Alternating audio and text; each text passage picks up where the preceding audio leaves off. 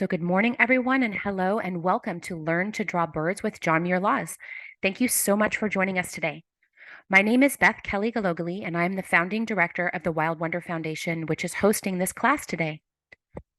The Wild Wonder Foundation, which was co-founded by John Muir Laws in 2022, is dedicated to encouraging nature connection and conservation through attention, curiosity, art, science, and community. We strive to make nature and nature journaling accessible to everyone by sponsoring the annual Wild Wonder Nature Journaling Conference, as well as other events, educational workshops, field trips, teacher trainings, retreats, exhibits, grants, and other activities and projects in support of our mission, like this class today. You can learn more about our work at wildwonder.org. We want to say a very special thank you to today's teacher, John Muir Laws, who is an award-winning author, writer, illustrator, and educator with nearly 4 decades of teaching experience. Jack is the co-founder and president of the Wild Wonder Foundation, and he is the author and illustrator of the Laws Guide to Nature Drawing and Journaling, the Laws Guide to Drawing Birds, the Laws Sketchbook, and many other books. He is donating his time today to teach this class, and all funds raised will support the new Wild Wonder Micro Grant Program, which will debut very soon. Thank you so much, Jack. A few more notes before we begin. This class will be recorded, and you will receive an email with the link to the recording within about a week. I want to give a special shout out and big thank you to Avea, who is helping backstage.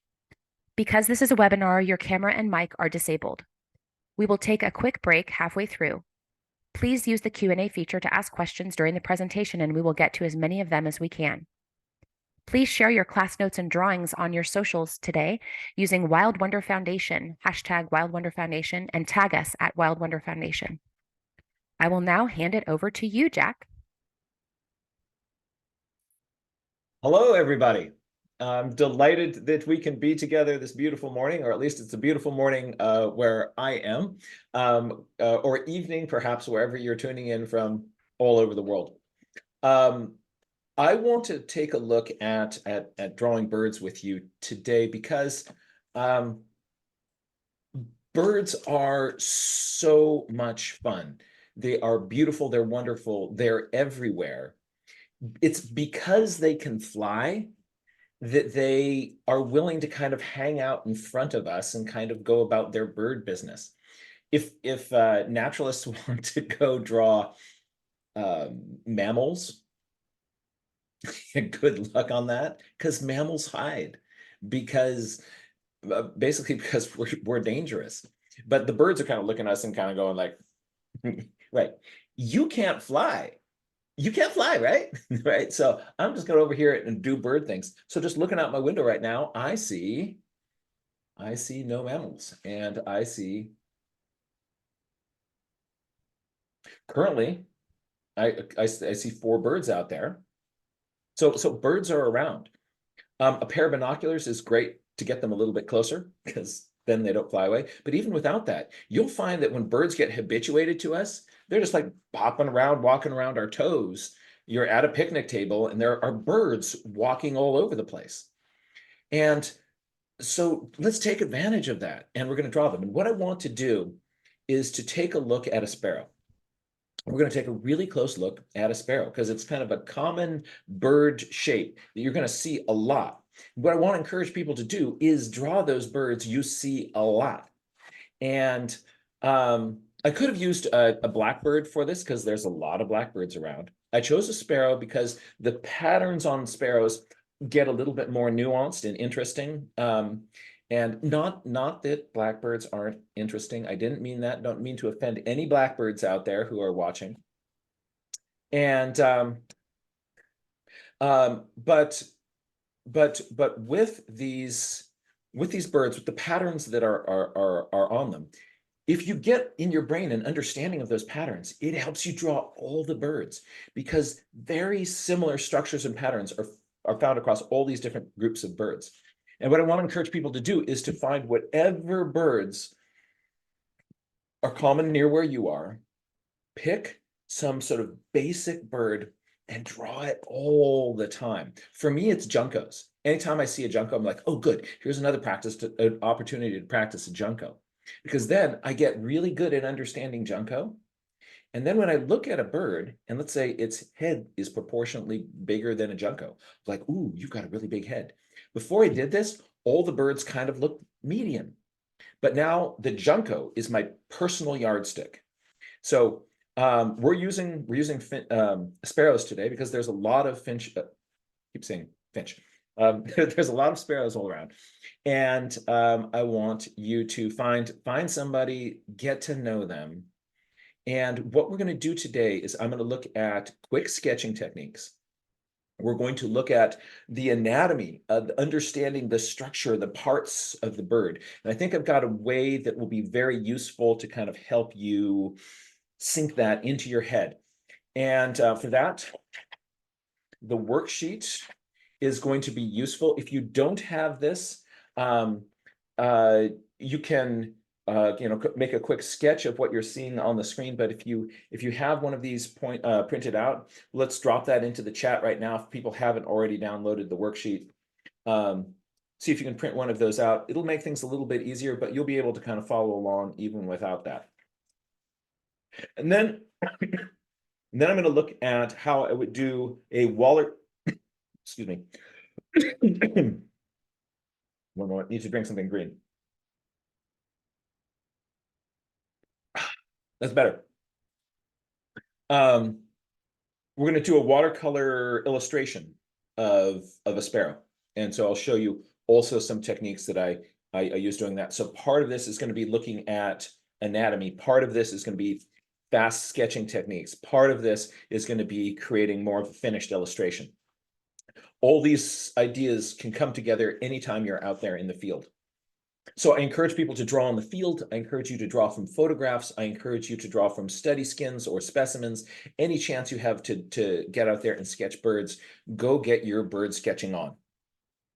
And with that, let's draw us some birds. Today, the bird which we're looking at,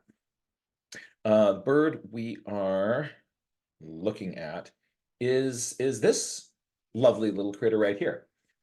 There. This is the white-throated sparrow. And it, I mean, isn't that cool? So by the end of this, when we first look at this, we kind of go like, oh my gosh, you've got all these patterns on your wings and stripes going all over your head. How would you start sketching this? So we're going to look at how do we start sketching these, and then we're really going to understand the structure and the anatomy of this by the time we're done, in a way which will help you be able to draw these more quickly and more accurately. So I believe that understanding some of the anatomy of things is really, really helpful. It's really helpful to understand anatomy. And the reason for this is when you look up at the bird, there's so much going on. Our brains get overwhelmed. Our brains can't handle all the complexity of birds at once. And so, but if I understand basically what's going on there, then I can turn around and be able to draw what I see, because it is my understanding of there. It's kind of filling in some of the gaps. It's going to make it much easier to draw what I see. Understanding anatomy and things like that doesn't make all of your drawings just look the same. So having an understanding of what is there, you're not going to end up just sort of drawing some formula of what a bird should look like. You're going to understand this thing in 3 dimensions, and then I'll help you kind of be able to get it down on the page. So one reason why these birds are really fun is white-throated sparrows. This is new research that is out. They're blowing everybody's minds, because white-throated sparrows have functionally 4 sexes. That's right. So check this out. Here's what the white-throated sparrow does. They've got this chromosome, and there's a mutation on one of their chromosomes where part of a big chunk of the information got flipped on the chromosome, but this mutation didn't kill the critter. It just made it impossible for that bird then to mate with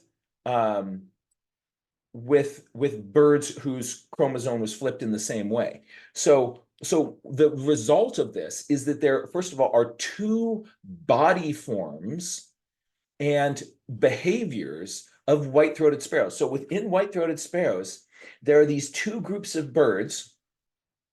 They look really different, and their behaviors are different. So this was sort of known for a while. Like there's white-throated sparrows, and look, there's these variations in them. So this is the bright version of it. So look at this thing. So there's this bright yellow spot there above the eye. We're seeing kind of clean white throat. This is why it gets the name white-throated sparrow. Clean white, black and white stripes, gray cheeks.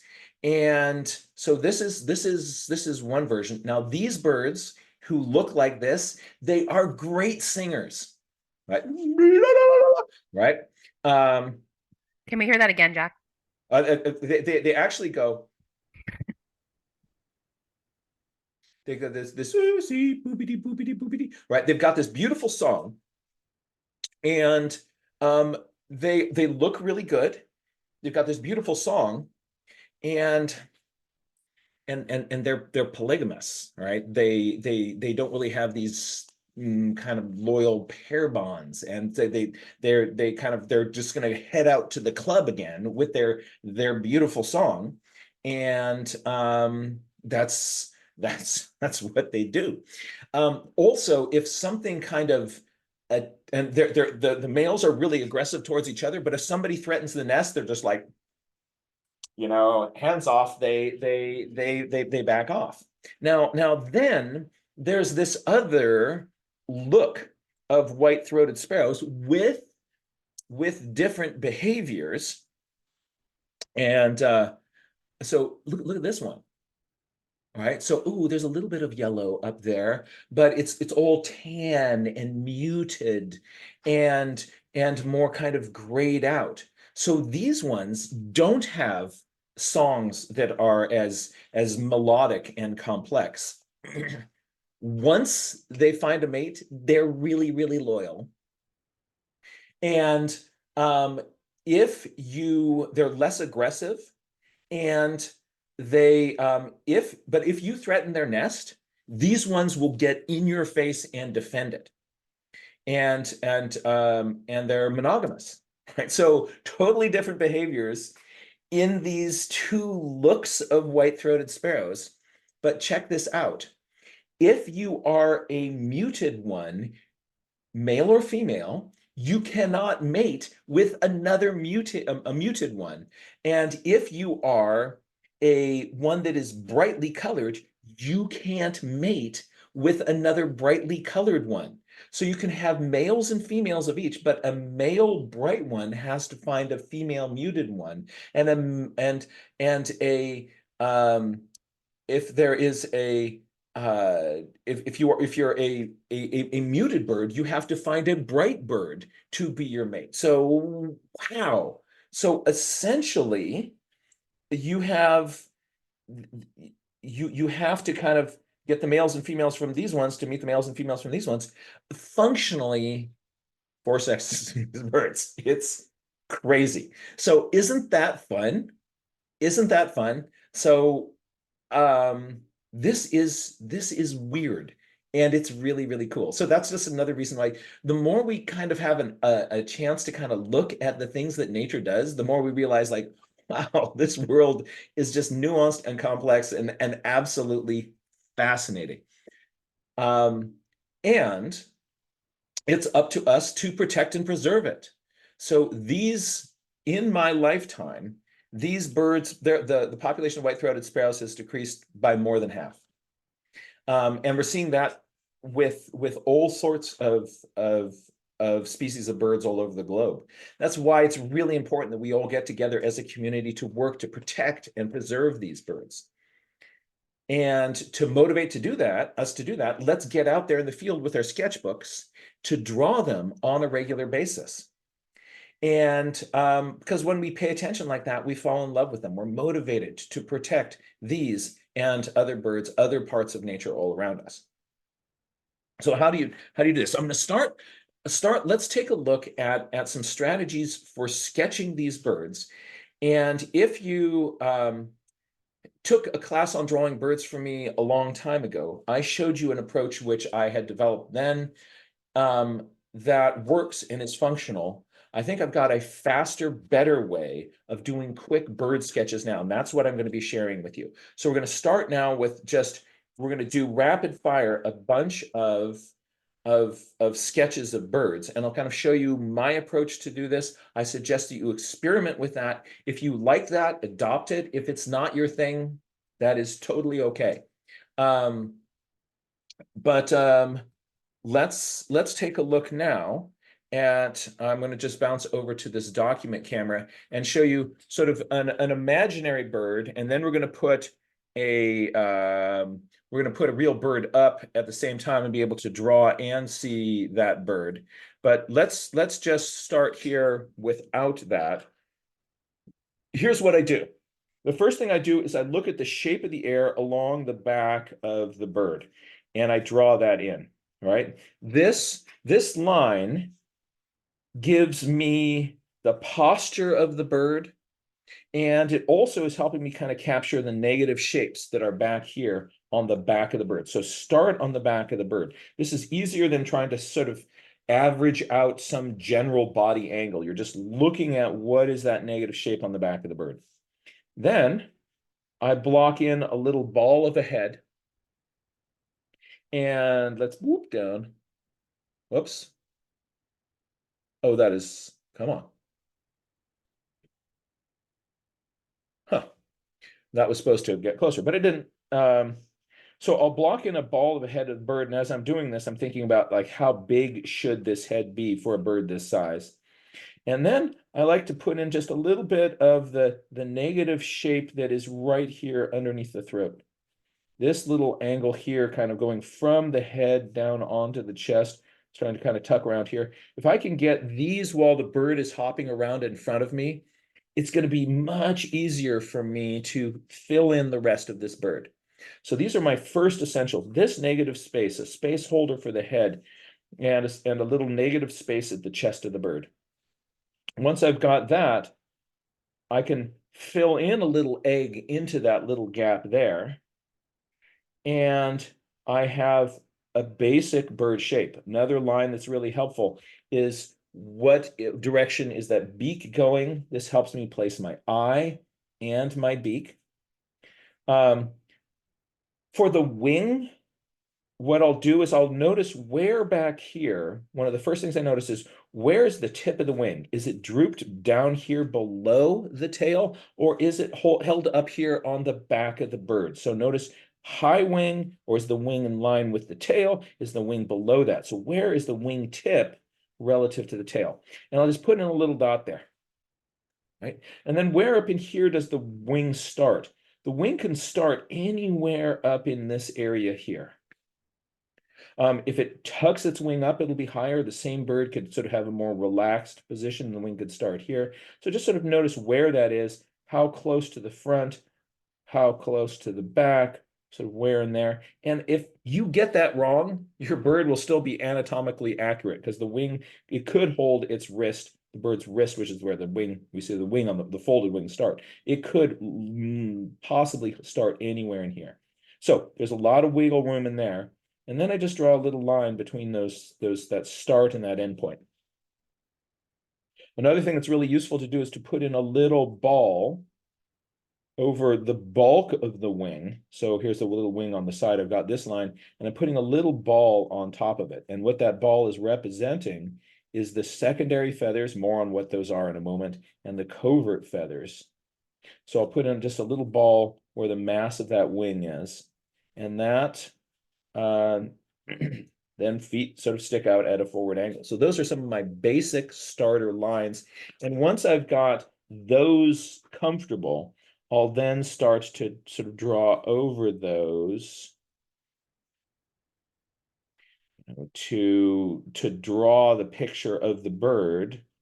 And when we get into the anatomy of the bird, you're going to find those lessons are really, really helpful in carving and sort of knowing what to do, what to look at. So we'll get into a bunch of those details soon. But this red line, so that's the essential way that I start. So now let's throw in this bird here. One moment.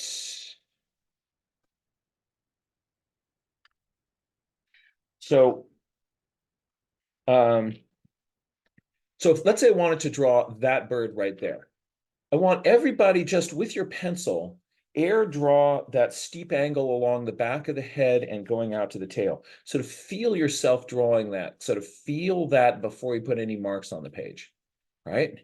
And oh, before I go on, I just want to give a shout out to Vivek Kanzode and of birdpixel.com and Ashok Khosla of seeingbirds.com. I'm using both of their photographs throughout this talk from their work. I encourage you to visit those websites to get great reference material for your bird illustrations. So let's go here. Back of the bird is something kind of an angle like this, and then there's that tail sticking out, right? Whoop, whoop. So that's how I start. This just one line down, one line here. Then I'm thinking like, okay, we've got a bird head here. That's a pretty big head, right? And then what do we have in the front of that? It's a straight little throat down, and then that chest kind of hooks around like that. All right, so those are my essential start lines. Once I've got that, then I'm going to fit a body into this space here. My wing is going to be some point down below the wing here and starting some point in here. All right, and this little bird is looking this way. All right, so those would be kind of my white-throated sparrow starting lines for this specific posture. But this doesn't take very much time to make. If the bird moves, I could then just jump over and do another quick sketch in that new posture. And another quick sketch in the new posture. So as my birds move around, I can get a bunch of these sorts of sketches going. And then if it comes back to some position, or I get, say, a look at the head, I could then take those details and put them in on this scaffolding that I've already made. So let's try a different bird. All right, so everybody don't get lost in the details of the bird. Let's just together feel your hand, air draw the back of that bird, that flat, and then tail goes up, flat, and tail goes up. All right, so I've got a little flat in here, and then tail goes up. All right, that's my start. I'm gonna put in a ball for the head, and I have a tendency to make my heads the wrong size. So this is, I always tend to make my heads way too big, but notice for yourself if you tend to be a big header or a little header. And then as you can then, once you know that, you can kind of have a check on yourself. Now, the whole sort of front end angle of the bird is just sort of swoops down like that, doesn't it? And then I could tuck a little ball into there. Right? That's my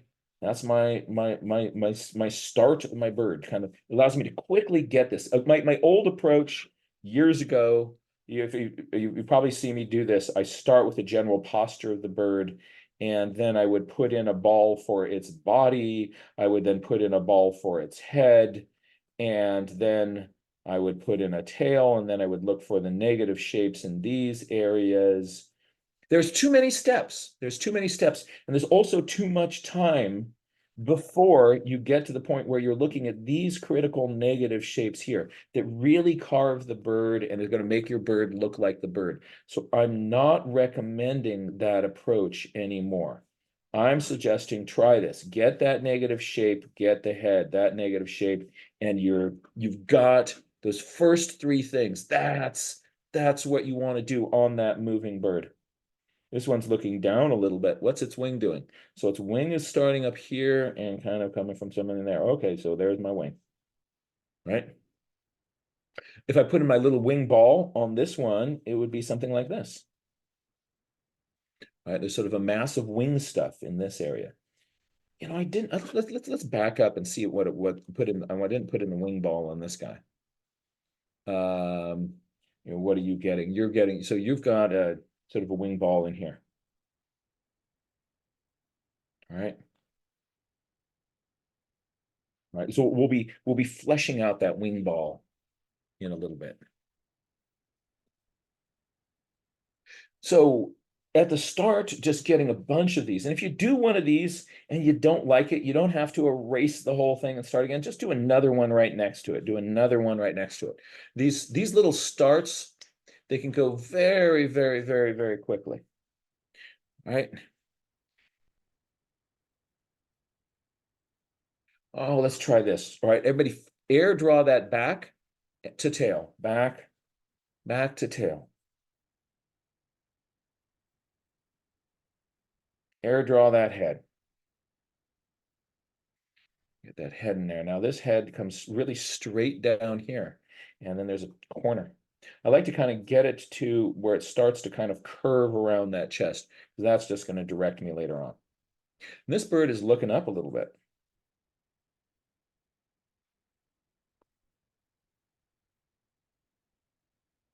It's my body ball.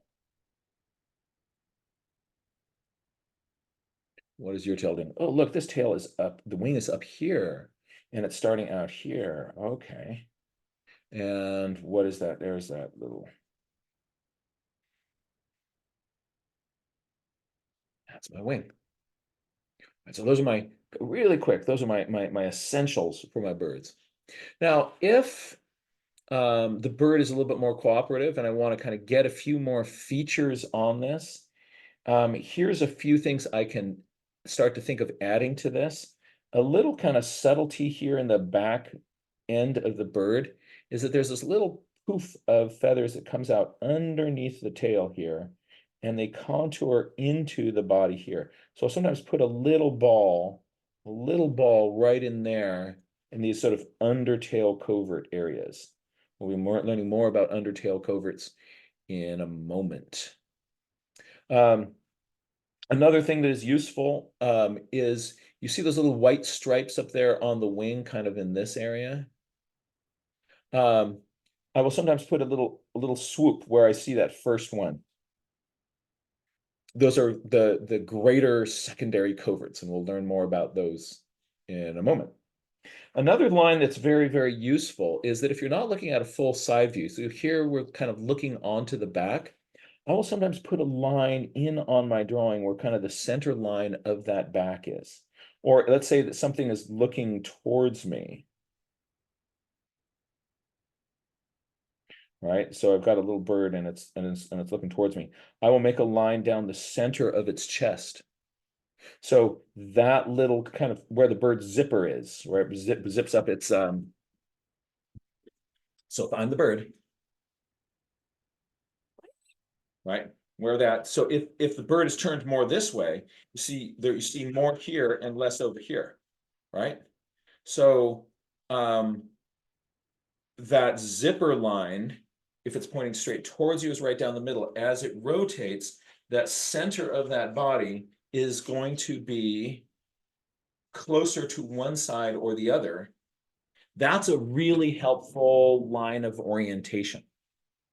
So on this one here, I see a little bit of that back. Not so much on the head. The head's inside view to me, but I see that little back line. So I'm going to throw that in there on that. That's another little kind of useful starter line. It just makes this scaffolding that I'm kind of putting together here a little bit more kind of nuanced and helpful to me. Now,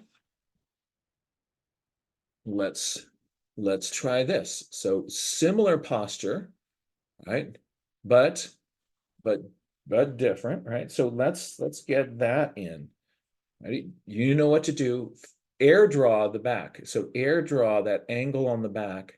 And if you're looking at me when I'm out there in the field, I'm looking at the bird, sometimes even holding up my hand and air drawing it like that. Oh, you're kind of starting here. You're going, oh, you're over like that. So if I kinesthetically am getting a handle on that before my hand touches down on paper, This is a good thing, right? Because then it's easier for me to drop down onto that paper and make the marks that are those lines. So on this little birdie here, I'm going to air draw you here. Oh, see, look at that. That's too steep, isn't it? All right, I'm going to make this a little bit shallower. All right, and then very horizontal, that tail coming out. Um,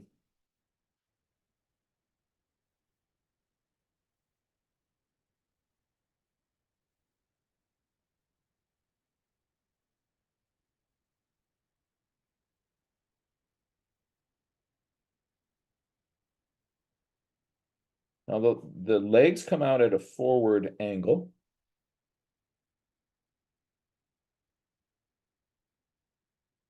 Now look on this one here. On its head is turned slightly towards me. So a useful thing here on this head is going to be the zipper line. I'm getting the body more in profile, but the head is turning towards me. So I'm going to draw that zipper up its forehead.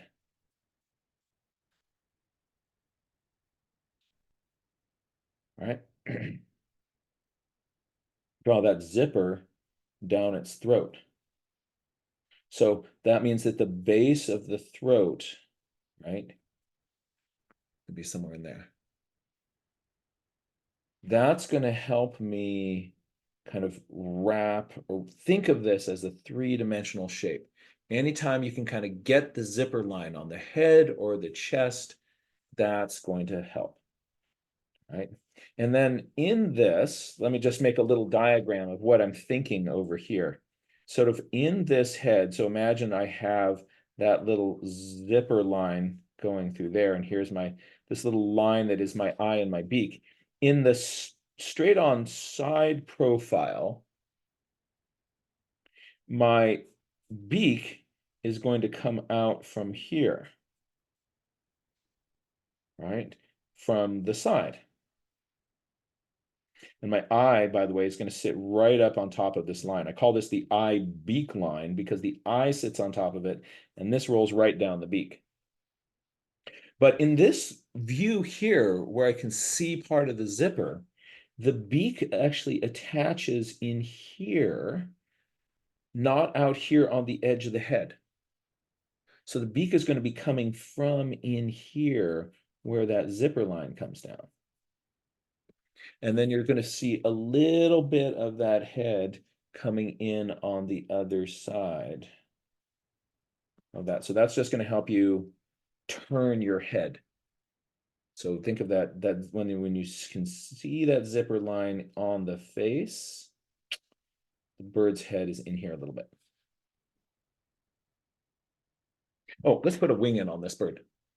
So it's coming from somewhere down here, and it's starting somewhere in here. And there's my wing ball. I saw a video of David Sibley doing some sketches, and he would draw these little circles in the wing. I'm like, why are you doing that? And then I realized, like, oh, that's a really good idea. So thank you, David Allen Sibley. Let's look at another bird. So, oh, right. You know what to do, and do it.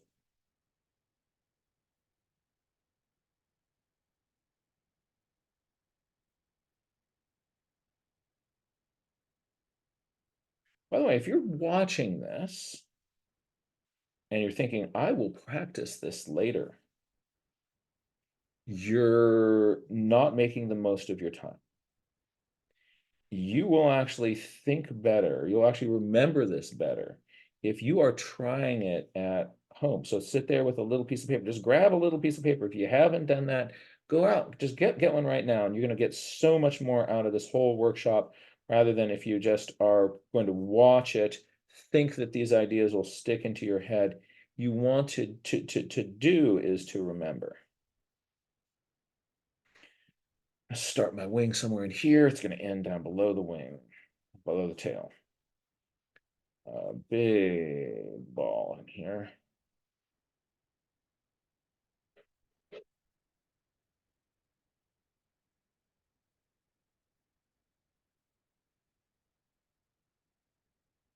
All right. Oh, these are so cool. we're intentionally doing a lot of reps here. Let's just make this our muscle memory. We see the bird, we know the marks to make.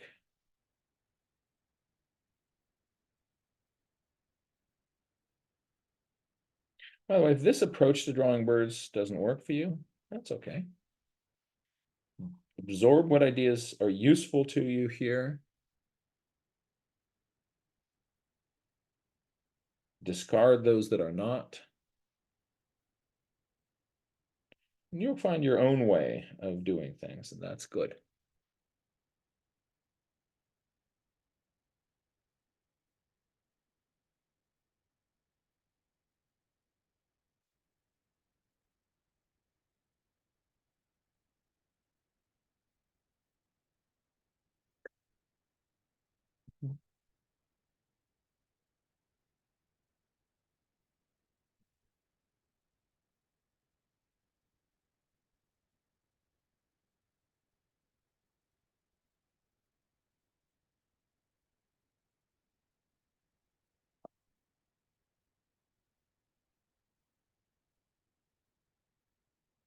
Now, if the bird is in a different pose, so you're not looking at this as, this one that's got its back to me. What some people would do is they'd say to themselves, I'm just gonna wait until this bird gets in profile.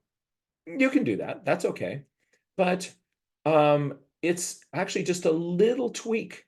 It's a little tweak just to kind of be able to draw whatever angle you see from whatever angle the bird is giving you at that moment. So look at what I do here. So if I were drawing this birdie here, I would say, here's your angle on your back. Here's your angle on your tail. Here's that sort of ball of your head. And then we're kind of coming out here. Here's this ball of the body. Here, this angle down the back, that line down the back is going to be really helpful to me. Maybe I should do this again, not overlapping all these other drawings. My wing is going to start somewhere in here. It's going to end somewhere in here. On these positions, the wing is just super foreshortened.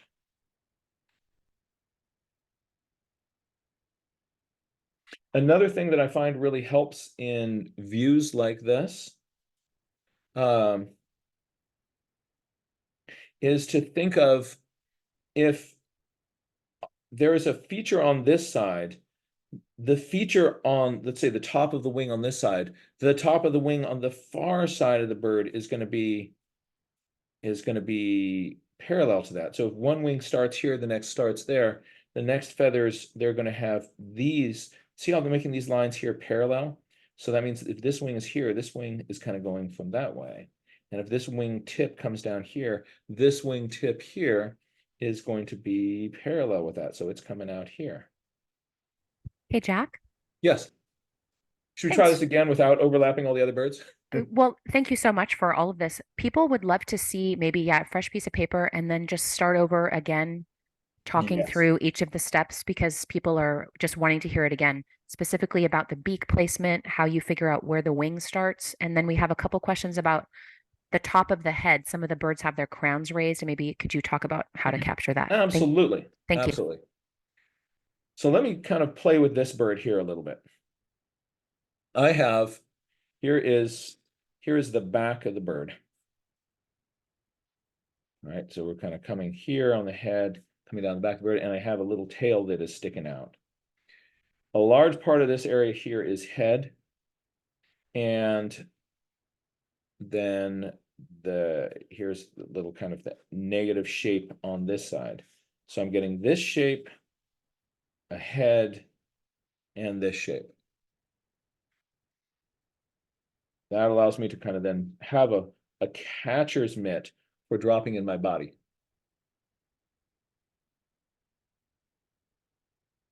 I'm making a line that is basically going out right through the beak.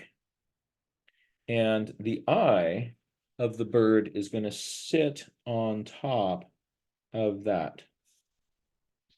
Can you talk a little bit about how you figure out where to put that beak line or kind of what Sure. guideposts you use? Because people are asking about that. Yeah. So what I'm doing is I will usually just look at which direction the beak is pointing.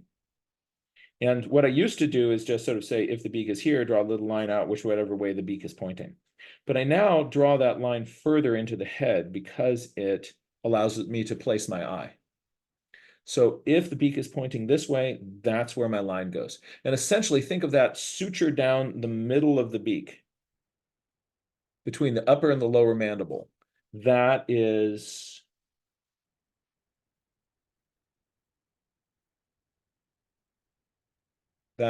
where that's where I'm going to target.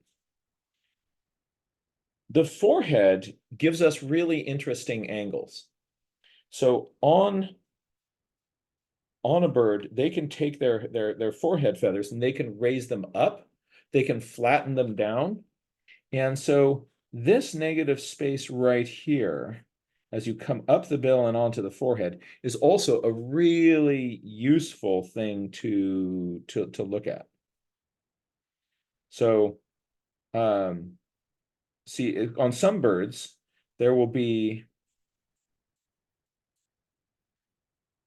just this kind of flat ski slope as you kind of come down the forehead and onto the beak. Think of a meadowlark.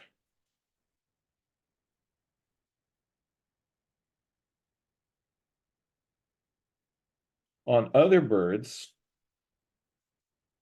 there will be more of a steep forehead angle.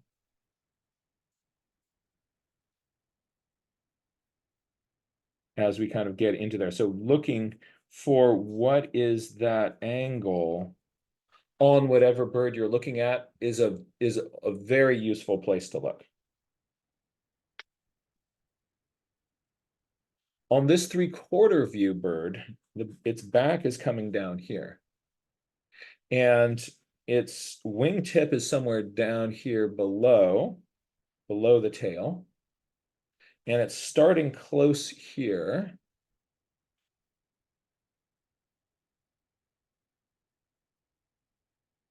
And because the bird is turned, this wing ball is really foreshortened.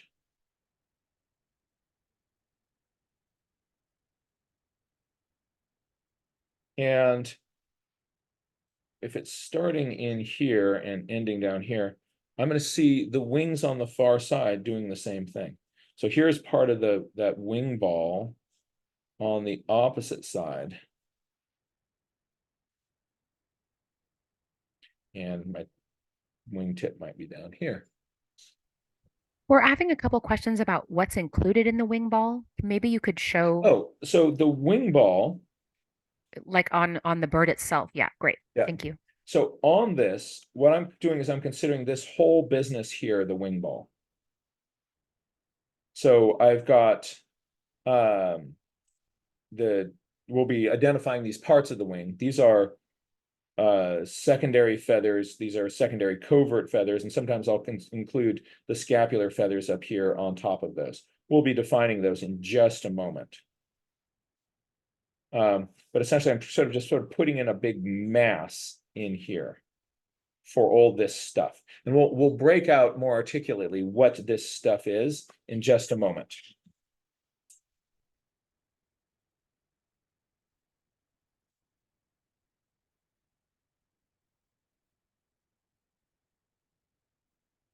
On this little birdie here, I've got some belly that comes down. I've got wing that is coming in here. And you're seeing all these other sort of confusing parts of the bird. If you have an understanding of the bird's anatomy and the basic kind of the kinds of these sort of feather clumps, the structure of this bird starts to make a lot more sense. And we're about to do that. Before we do, let's just do this one last bird here. All right. And I'll kind of if you already are kind of knowing what you're doing, just dive in.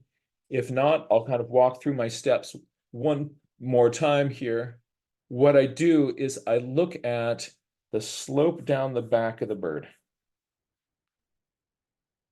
and the angle that the tail comes out. I'm putting in a ball where its head is.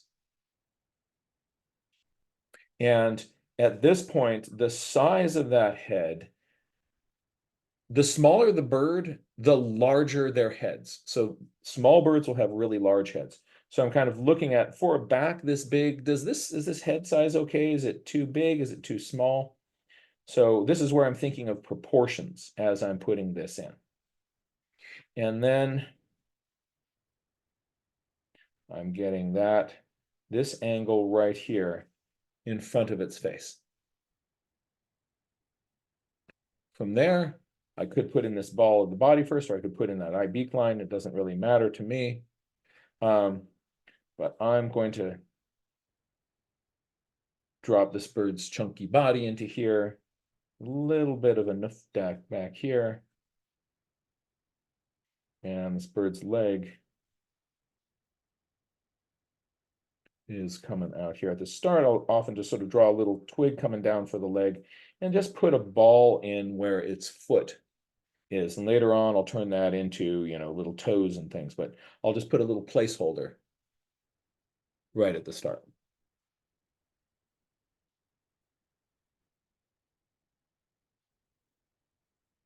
This bird's wing is drooped down below its body here, and it's starting. Let's see where it's starting. Is it closer to the front end here or closer to the back? Is it closer to the top or closer to the bottom? I'm seeing it as closer to the back than here, and it is closer to this side than to this side. So somewhere in here.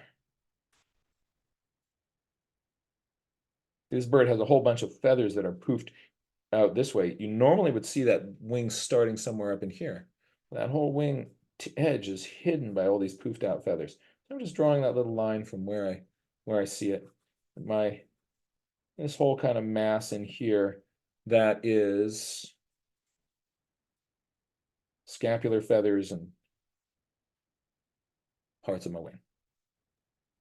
Quick question, Jack. Does this method apply to all different birds generally? I'll use this on any kind of perching birds.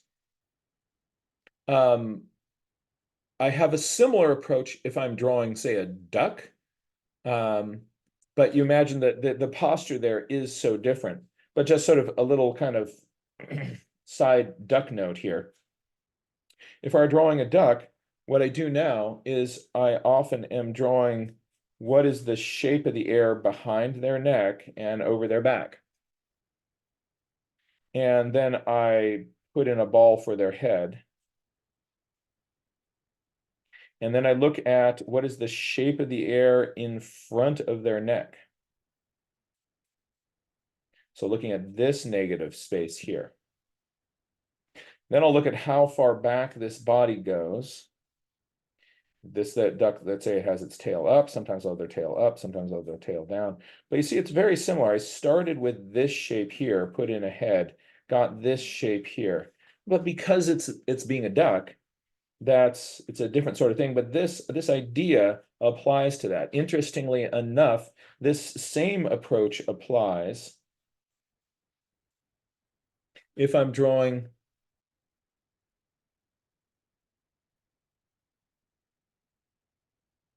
a mammal.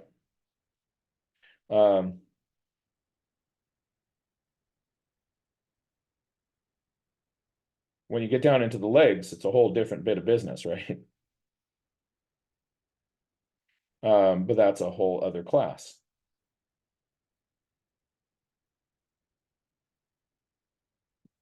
But I'm kind of developing a way of thinking about kind of starting any drawing that is, what is my critical negative shape?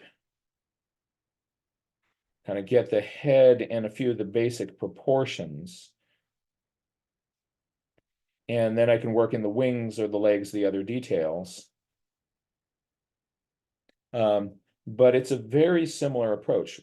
What's interesting about this is that your brain is going to be flickering back and forth between thinking about this thing in very different ways.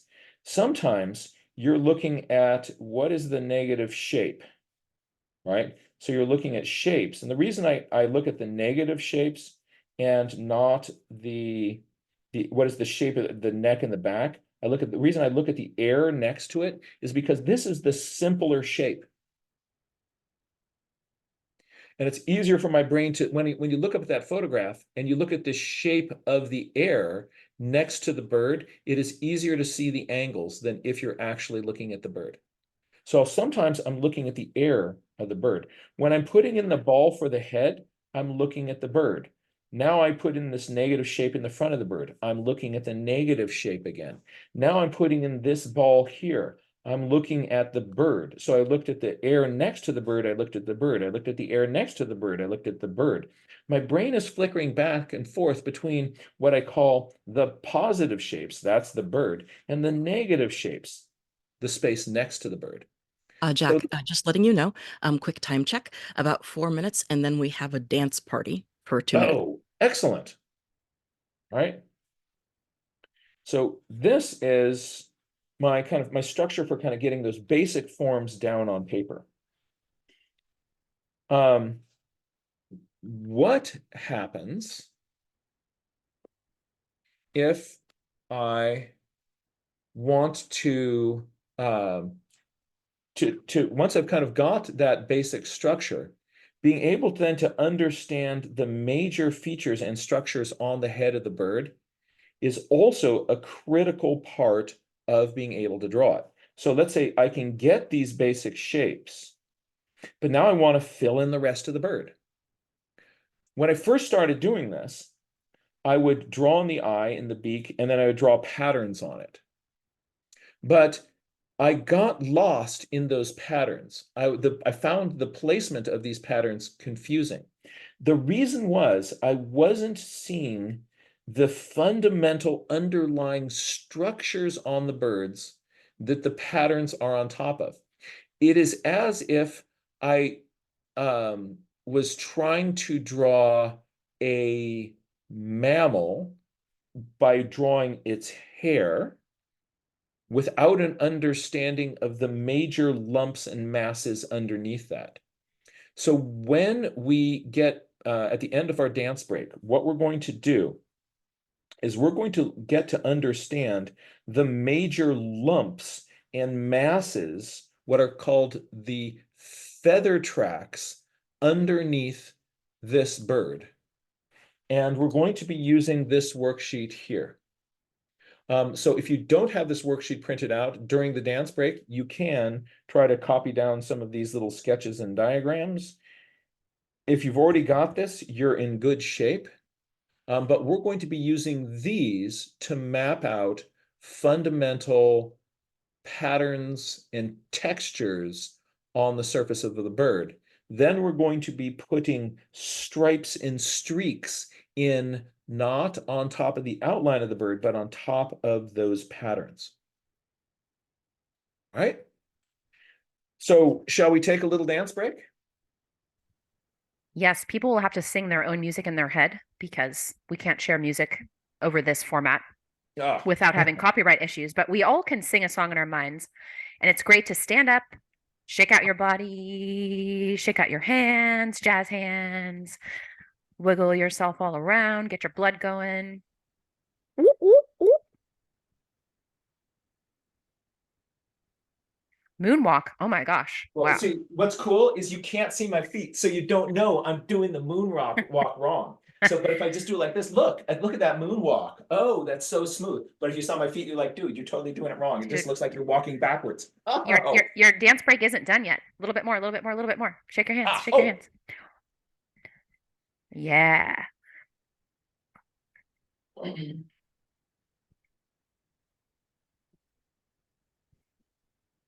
Get that blood flowing. All right.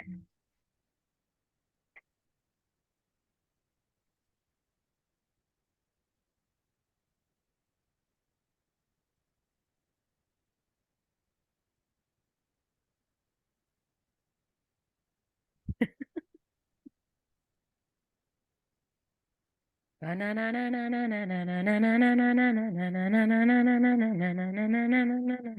I actually have a I better little stop. reminder that pops up on my computer. Every 15 minutes, it now says stretch, and every hour it says go for a 10-minute walk. So yeah, sitting is the new smoking, right? So there's a lot of research that says kind of getting up and getting your body to move on a regular basis is going to help us keep this sort of meat sack working for a lot longer. So as I can kind of get really intense with something and not realize like I've been in this position kind of focused on something for the last 3 hours. So this helps me kind of shake that up a little bit. Awesome. Thank you so much. We ready? Bring it. Boom. All right, so here's what's going to happen. We're going to learn the chunks of the bird, these big structural features that you find across all of these different birds. This isn't just a sparrow thing. Oh, no, no, no, no, no, no, no, no, no. You get this down, it's going to help all your birds. So, feathers on birds aren't like hair sticking out all over the bird suit. Birds have patches of feathers and bald spots between them. And then the bird does a comb over. So this makes these masses of feathers, these particular bumps on the birds really stand out. So if you learn these bumps, this will help you on drawing a bird that is all one color. If you and because then it'll give that bird structure. But if your bird has patterns on it, they will follow the margins of these bumps. So with the patterns, it's either going to there'll be a strip, like a stripe between two of these bumps, or an entire bump will be colored in. So either the edges of it or an entire bump. And this gives you the patterns that you see on most all of these birds. So there's a few kind of key patterns and head bumps. We're going to start with the head, and then we're going to go over the rest of the body. Right? The names of these zones and these bumps and these stripes, if you look in 10 different bird books, it's not standardized. So each bird book, they come up with some of their own names for them. I recommend that you do the system that's developed by David Allen Sibley, right? His system for naming the parts of the birds is intuitive and it makes sense. He has names for the bumps and he has names for the streaks between the bumps. And in other systems, those are all kind of blended together with no real sense to it. So if you like structure and order and you want to just learn this once, go with this, right? Also, the folks over at Cornell Lab of Ornithology, they're kind of going with this system too, because the David Allen Sibley has got our back. So let's take a look now, and we're going to use this sheet.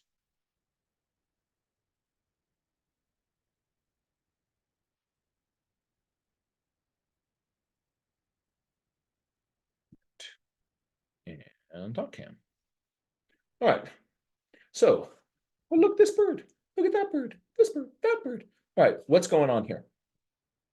I am going to pull out some colored pencils and we're going to name some parts of our bird, right? So I'm going to start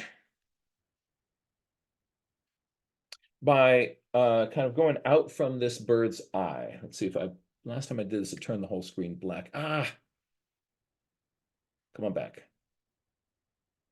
Yeah, it's just not wanting to zoom down there. All right, but look at this. Look on the photograph there. You see those little feathers around the eye of the bird? Right? The bird has this zone of tight little feathers that go around its eye. And those feathers kind of, prevent you from getting from getting a feather in your eye. So I'm not going to color code this because if I write with this light blue pencil, you won't be able to see it, but those are called orbital feathers.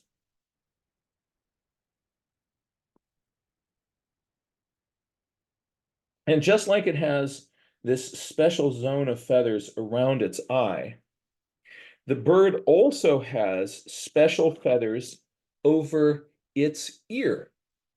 And if you look on the photograph, there's this kind of gray zone in here.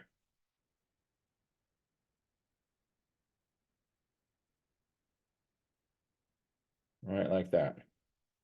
All right. That gray zone,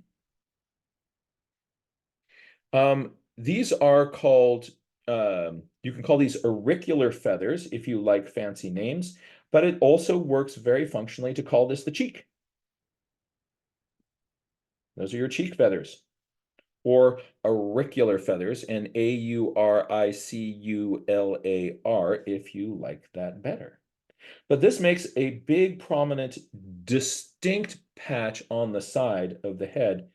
It often has some kind of sort of ripples in it, sort of kind of looks like the bird has bags under its eyes because it's been staying up late doing an all-nighter. All right, so those are your cheek feathers or your auricular feathers. There is another little zone of feathers that is between the eye and the beak right in here. And this little patch of feathers, if you make friends with this patch of feathers, this ends up being really important because this patch of feathers, called the lores, this patch of feathers connects your eye and the beak together. So it connects the eye and the beak.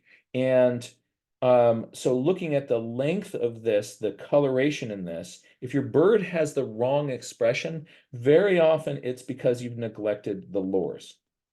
So that's cool. But there is also a patch of feathers that is above that.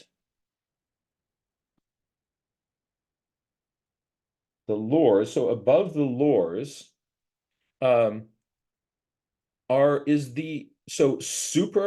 supra means above, right? So this is above the lores. It's the supraloral. This one has a weird name.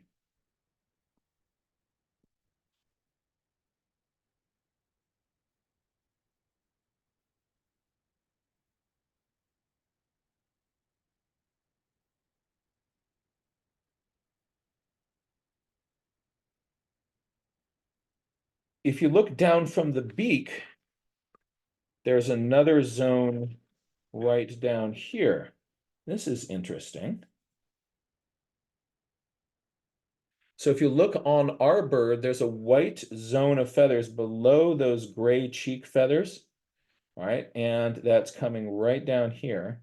This is called the malar, M-A-L-A-R, all right? It's a special little zone of feathers that makes its own little distinct track and pile between these feathers here and on the throat and the and the malar. There's actually a bare patch of feathers right in there, so often this edge of this is rather distinct, even on the head of a bird that is all one color.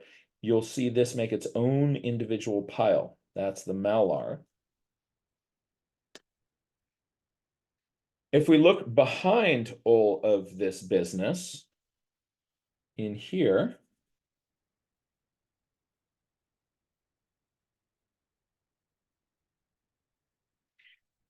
there's this large kind of neckerchief, this little kerchief that the bird wears, this spotted kerchief. And that's the nape. And very often there are patterns on it, so sometimes you'll find little kind of lines coming up in the nape. And it'll have a different sort of texture than the rest of the head here. Now, I'm going to point out one other kind of useful zone, actually, which then splits things into two other useful zones. Up here on the top of the bird's head, there is a zone up here.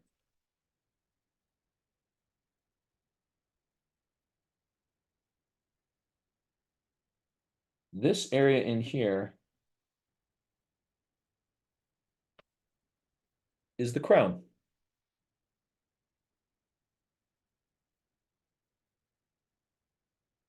So you've got the crown on the top of your head.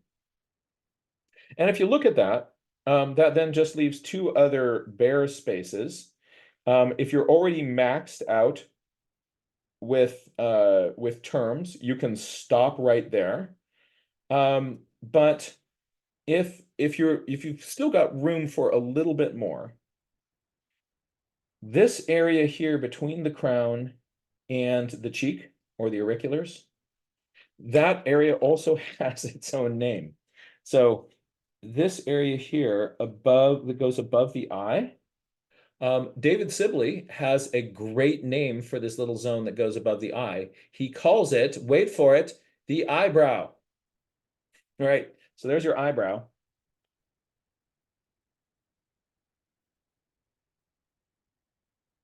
And if you're able to still stomach one more, let's kind of name this area down here on the throat of the bird. And that's going to be called the throat.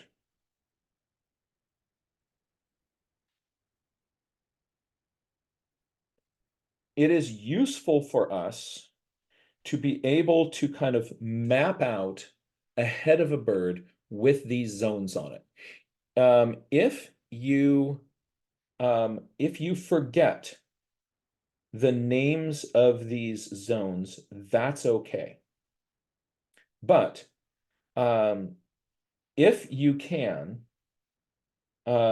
still be able to kind of map them out, that's going to really, really help your bird drawings.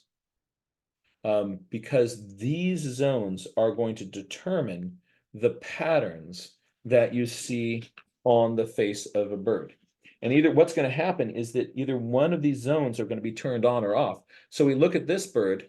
What color is the malar on the bird in the photograph? What color is the throat? What color is the cheek? You see, so these little zones, not just on this sparrow, but on warblers, on all these other birds you're going to be wanting to draw, they're going to have these same piles of feathers. Separate from that, from having the piles, is if the pile of feathers has a separate color, or if the edges of it have a separate color. So if the cheek is all gray, you would say this bird has gray cheeks. But what if what's going on with the stripiness? Well, let's take a look at stripies. All right, so here's a bird with all these stripes on its face. Whoa, all right, what's going on here? So first of all, take a look around. Can you see the malar? Can you see the texture in the orbital feathers?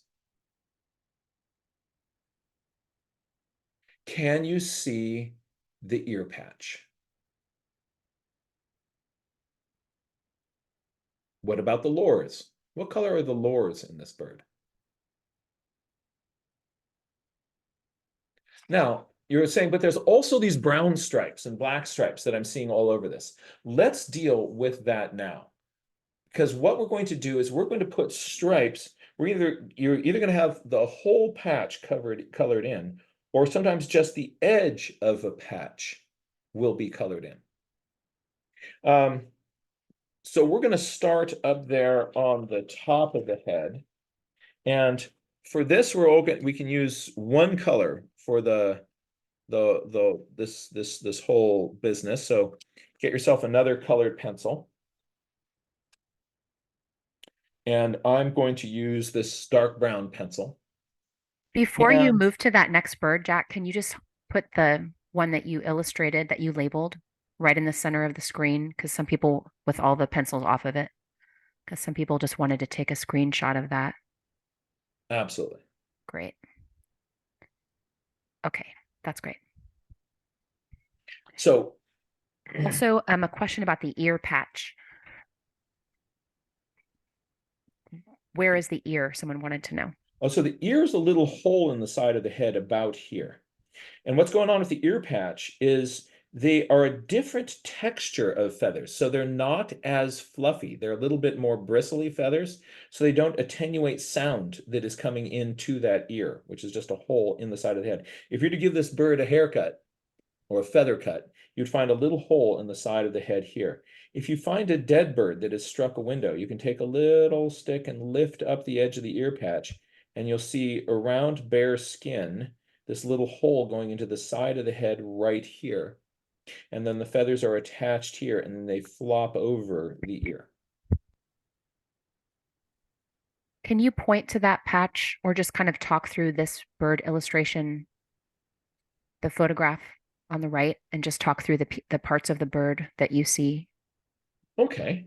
That would be helpful for people. If I wiggle my mouse on the screen, can you see my mouse?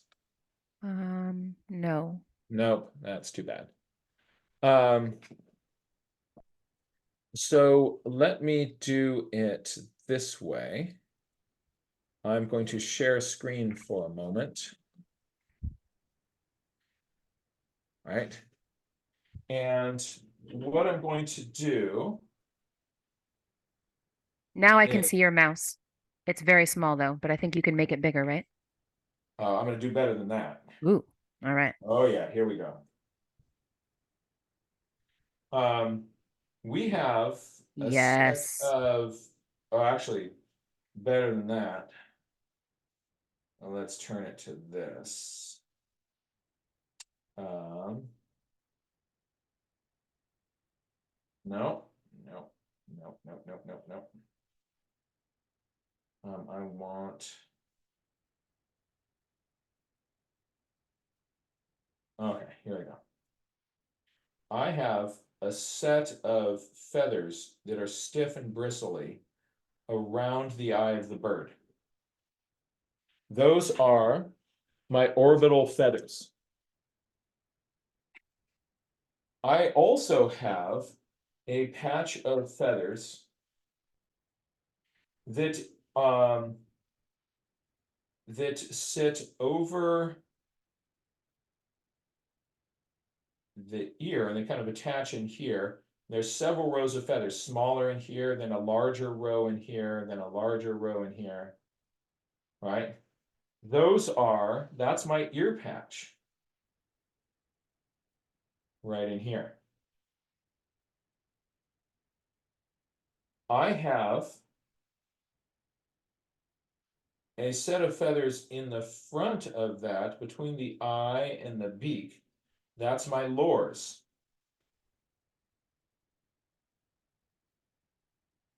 Above the lores, I have a zone in here.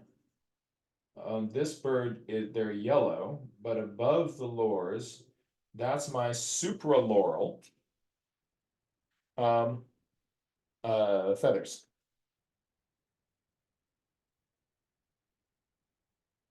Behind the supraloral and above the ear patch, I have this eyebrow area.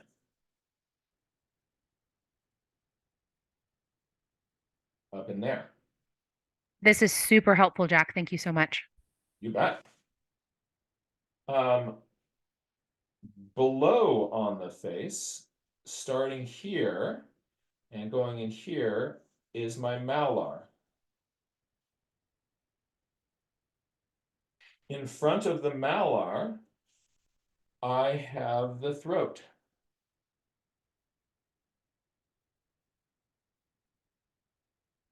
behind all of this business, I have my nape, this big scarf. Think of it as a little neckerchief. This bird is in scouting. So it's got this little neckerchief behind here. And lastly, on the top of the head, this whole area above the supraloral and above the eyebrow, this is my crown.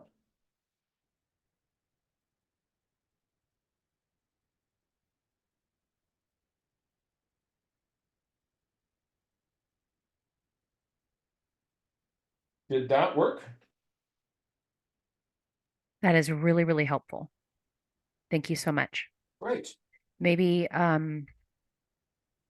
just pause there for a moment in case anyone wants to screenshot that. And then is it possible to go back to the side by side so we can see this next to your other labeled drawing?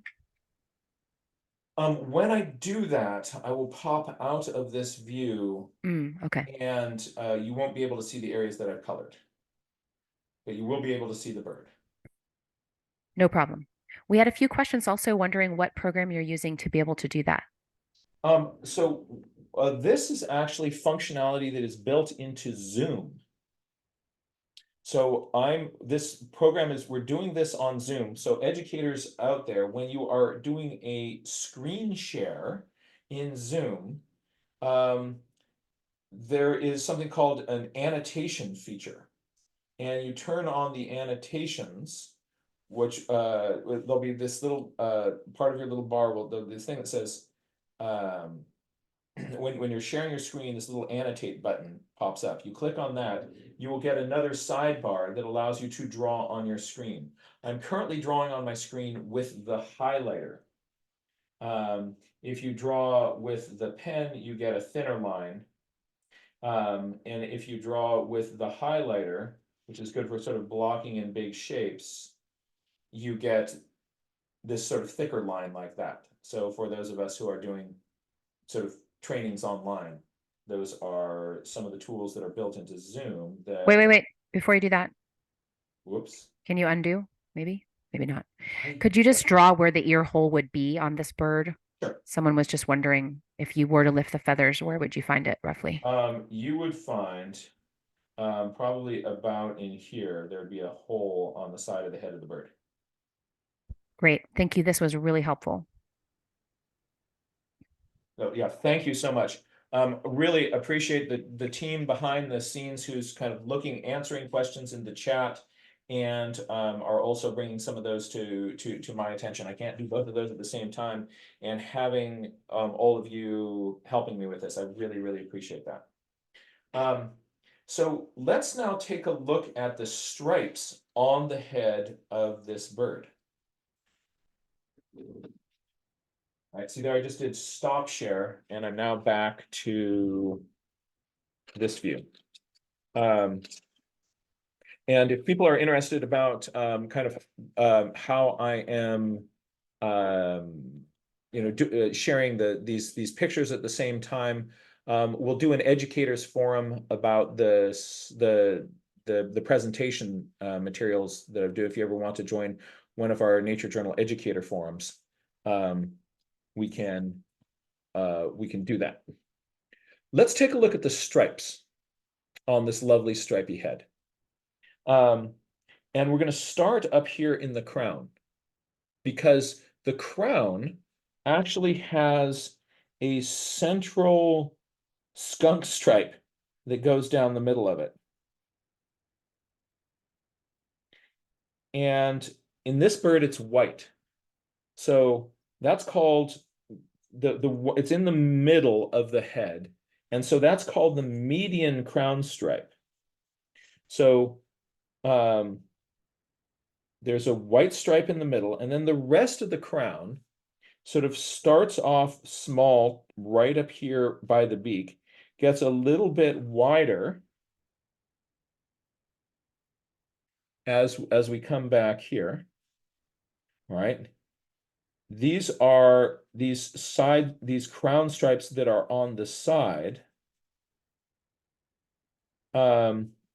So David Sibley's term for these are the lateral crown stripes. So I'm just going to color in the lateral crown stripes, and I'm going to leave my median crown stripe.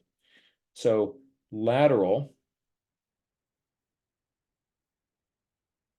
And then you can see that median. You imagine like that's the median in the road, right? With the little yellow stripes kind of going up the middle of the road. So I've got median crown stripes and lateral crown stripes. I also have a stripe here on the top edge of my ear patch. And you see that kind of coming back here and then fanning out there a little bit. And it lines up with the eye. That is called the eye stripe. Yay. That's why I love David Sibley's terms for these. Right? But wait, there's more. Because if we look at this bird on the bottom edge, so this was the dark on the, remember, you can have a whole patch kind of colored in, or you can have the edges of something. But look at what has happened here with the edge of the ear patch on the bottom having dark on it. That's the mustache, right? That's the little mustache line. I like that term. So here's the mustache. I don't know how to spell mustache.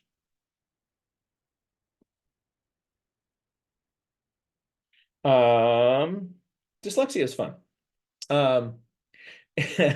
And now I'm going to come on down and I'm going to put a stripe on the edge of the throat here. So below the malar on the edge of the throat, kind of getting bigger down here.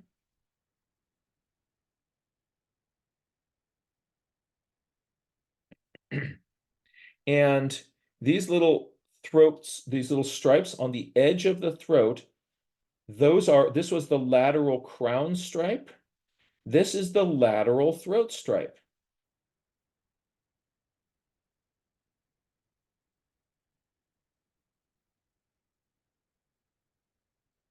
So you see what we've done is we've taken the head of this bird and we put some darkness along parts of it that tie into these lumps.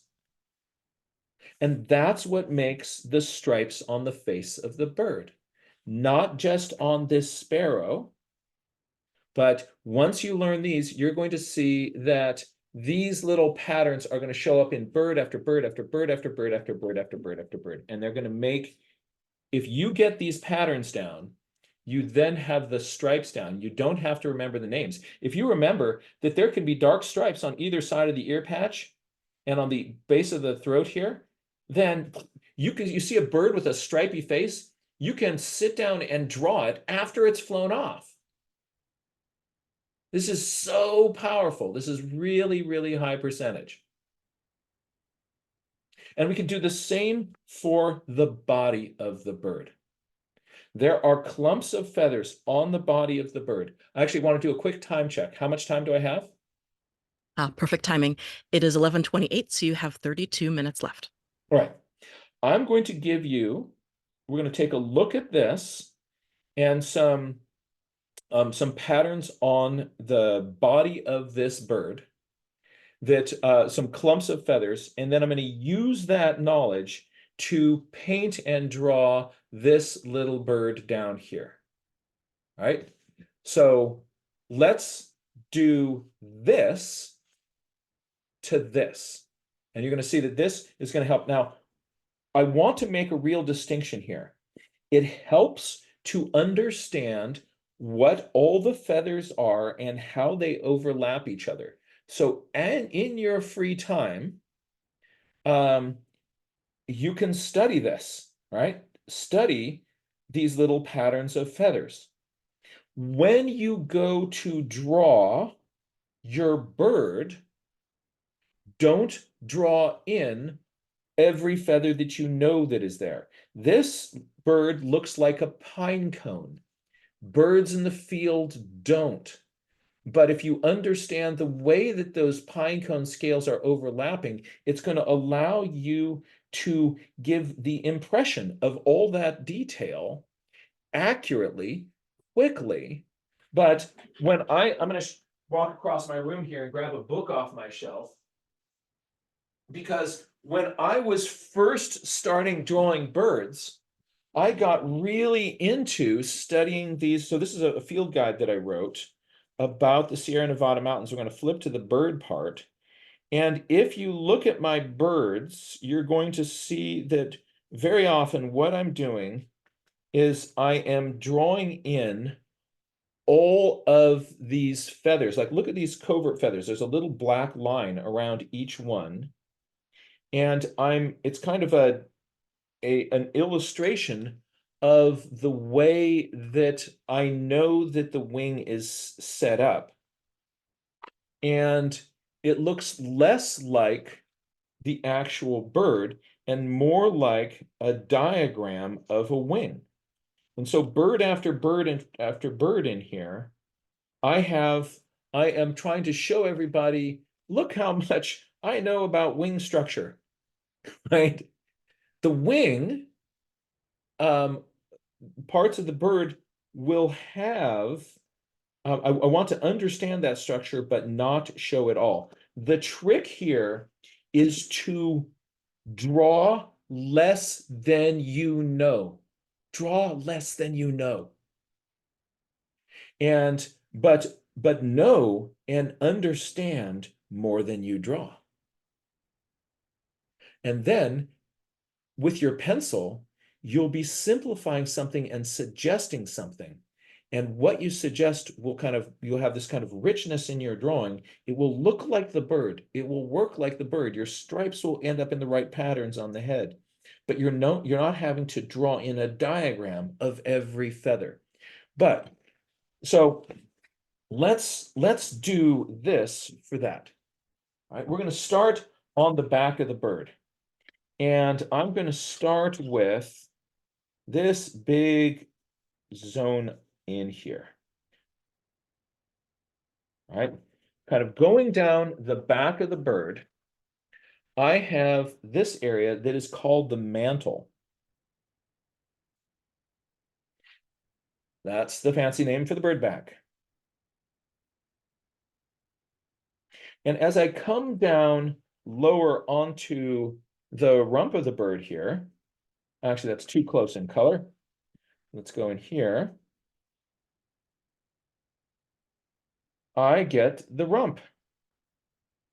So in a yellow-rumped warbler, these are the feathers that are yellow. And then there, right at the end, now if you look at a yellow-rumped warbler, you'll see this yellow patch here, but at the very end, these feathers right over here on top of the tail, they're a different color.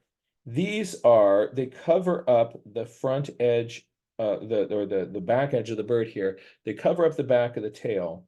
These are called the upper tail coverts. And they cover up the base of the tail there. And their counterpart are these feathers here on the bottom of the bird. Remember that little clump of feathers that I said where the breast feathers come down? I drew that little oval in there. I was drawing in the under tail coverts. The undertail coverts tend to be more poofy. The upper tail coverts are kind of blending in and smoothing things out in here. These tend to be more poofy and kind of stick out as a lump. But you'll see there'll be a neat change in angle where the undertail coverts meet these feathers right down in here. So that's the back of the bird. And often on a bird back, actually, let's go for, I've got a bird that we can look at here. So you can see on the top of that bird, up in the mantle area, the mantle has red, brown, and dark blackish stripes. And then I'm going to fast forward to past two birds. So yeah, so here is, you can see the mantle on the back, and I'm going to go past, and you notice that as you get down onto the rump of this bird, you don't have black stripes. It's gray. And then you get up onto the upper tail coverts and they're brown. So, and if you get to see more of, here you see the difference between the mantle feathers with those stripes and the rump feathers without those stripes. Now let's drop down onto the wing. Notice on the top of the wing, there's this red-brown section with little black splotches in it. This is an area called the scapular feathers.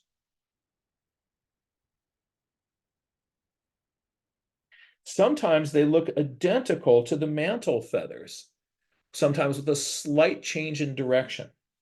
But these are the scapular feathers, called so because they sit on top of where the bird's scapula is, its shoulder blade, underneath the bird. And that covers up the top of the wing. That's your wing cover on the top of the wing. So then we see the feathers of the wing sticking down below that. If you are new to this, and this is the first time that you're hearing this, you're going to say this is term overload. There's way too many terms in this. What's about to happen is I'm going to name each one of these sections of feathers. They all have their own name. It is not necessary that you memorize that. It will help you to understand the basic pattern. And at some point, I do encourage you to go ahead and memorize it. But if you're new to this, don't start there, right? But just realize that there are several rows of feathers. The big thing to notice is that there are long feathers down towards the bottom of the wing and then shorter feathers above that. And those shorter feathers start off medium, they then get smaller, they then get smaller. So longest feathers along the bottom here, then medium, shorter, shortest, right? These all do have their names. You also will notice those white bars on the edge of the wing. Let's take a look at the feathers that make up those white bars. So for this, I'm going to switch over to a different color family pencils. There I go. And let's start with these ones that are, we're going to go small. We're going to work from here down. But as I color these in, I'm not going to color in the very tips of these feathers. And the reason for that is because very often these median coverts here, so these are median secondary coverts, they often have little white tips on them, and that makes a little white bar. So anytime you see that little white bar up there, those are your median coverts. And right below them is a row of greater secondary coverts that also have white tips.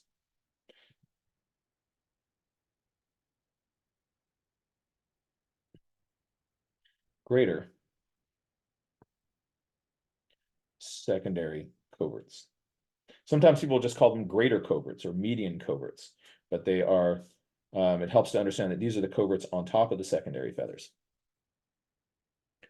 Which leads to the question of what are the secondary feathers? Well, I'm glad you asked. See these feathers here? In this big clump here?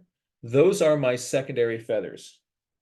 And that's sort of the end. When I'm making that little kind of wing ball, I'm kind of capturing all of these feathers in here, from the secondaries up to the scapular feathers, right? So there's typically 3 feathers that get bigger, 1, 2, 3, here in these secondaries.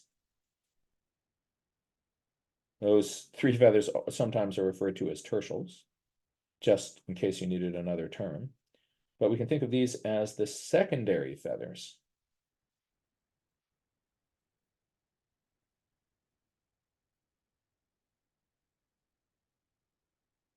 And then we get down to the front edge of the wing here. I have these long feathers here.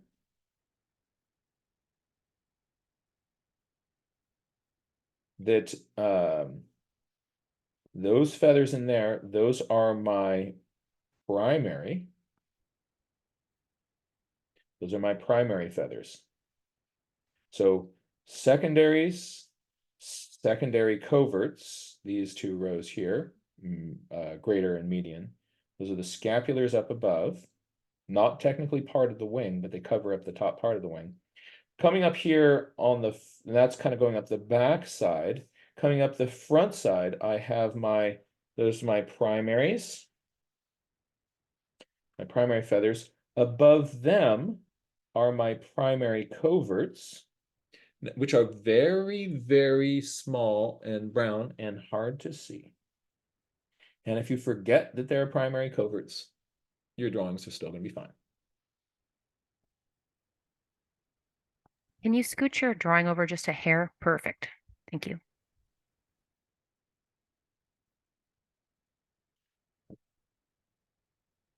And sometimes you'll also be able to see one other tiny little feather. This is for the illustrators out there who want to kind of get in every little noodly detail. Sometimes it'll look like just one more greater covert that seems a little bit out of place and maybe darker than the others. That is what's called the alula. And it's a little tiny feather attached to the bird's thumb.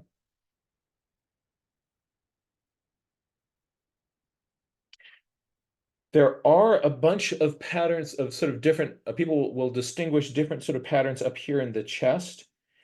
For thinking about this whole area, I'm going to suggest that we simplify thinking about our chest just to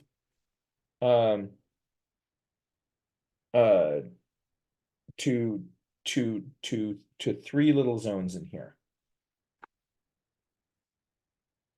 At the top of the chest, this area here, we're going to go from here down. So in the top of the chest,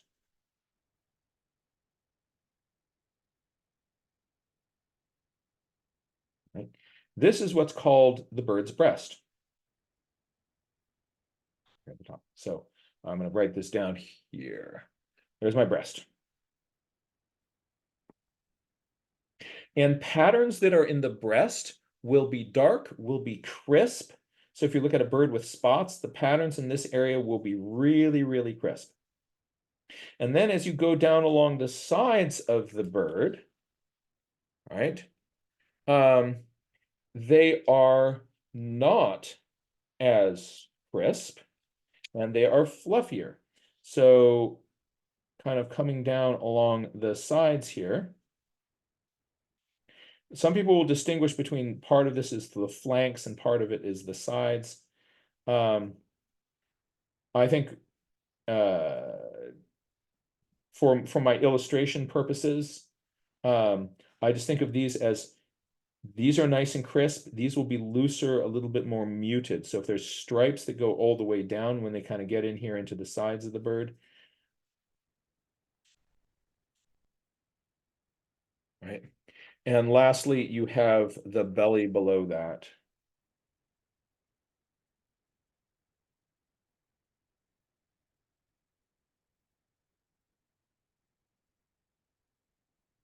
Right.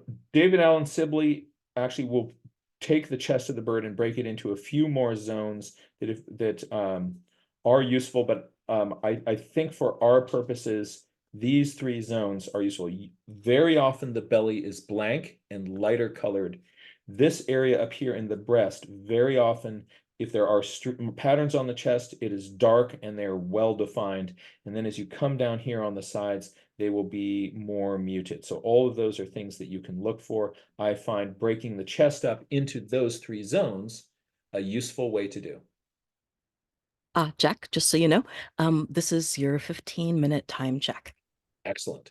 And you're thinking, we've got 15 minutes left. Well, in these last 15 minutes, here's what I want to do. I want to take this bird on the bottom, and what I'm going to do is treat this much more the way I would treat a scientific illustration.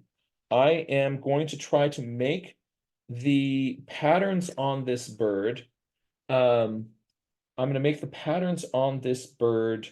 I want it to kind of look fluffy. I want it to look feathery. And but I want to kind of have it echo my understanding of what is going on here. And I hope to show you some ways of applying watercolor and colored pencil. I will be using them both together to finish out an illustration of a bird. So imagine that you have drawn in your quick sketch of the bird with your understanding of those groups of feathers. You have blocked those in on the bird, and now you want to turn this into an illustration. It's getting warm in here, so I need to take off my jacket.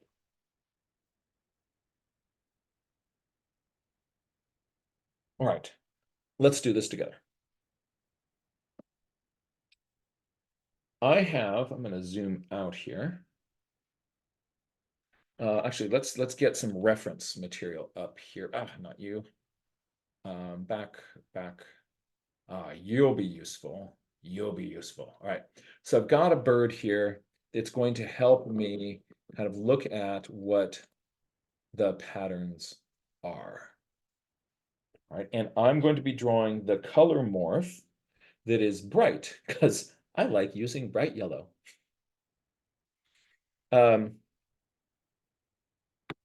So let me think. I am going to want to show the demarcation of some of those stripes on the face a little bit better. So I'm going to sort of just indicate for myself where I'm going to put this eye stripe. And then on my crown, I'm going to come up over the supralaurels and kind of come up in this area. And I want to leave a little bit of white kind of in that area there. So I'm just sort of blocking out where I have a few of those marks. All right. Now I'm going to put some shadows in on my little bird friend. To do this, I'm going to mix up a very pale, let's see. I'm going to move this over here so we can see all this work at the same time. All right. I'm mixing up a pale gray. I've got a pale kind of purplish gray here. Oops.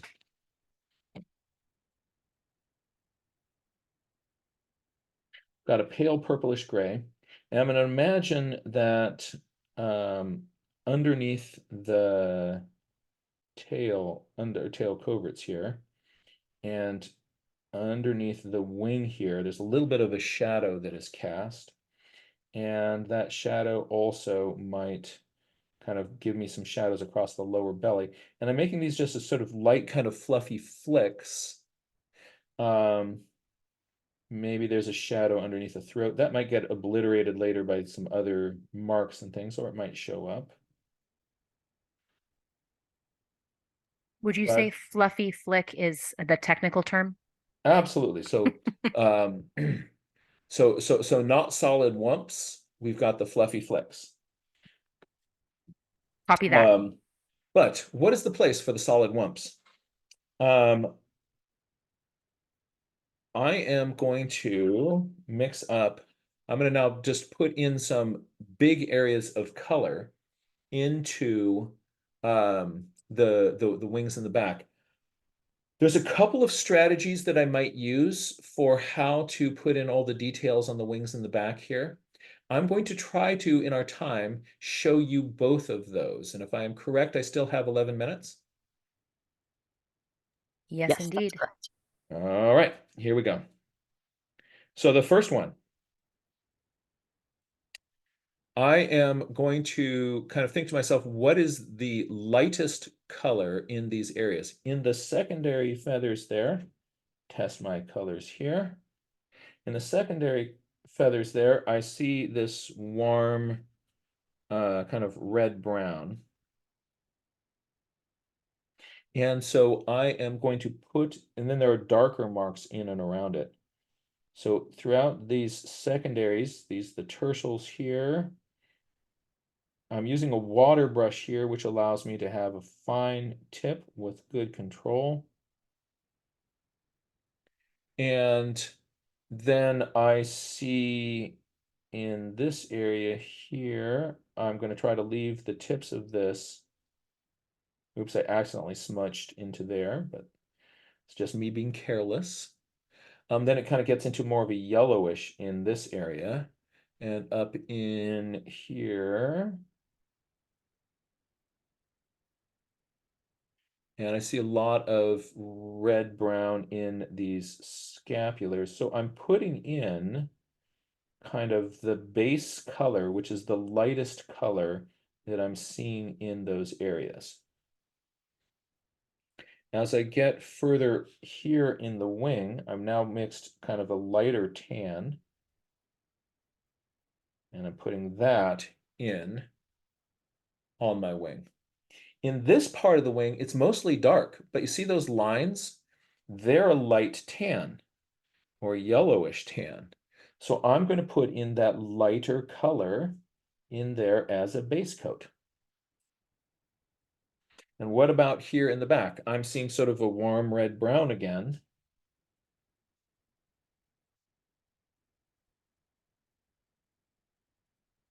And if I remember, upper tail coverts were more of a brown.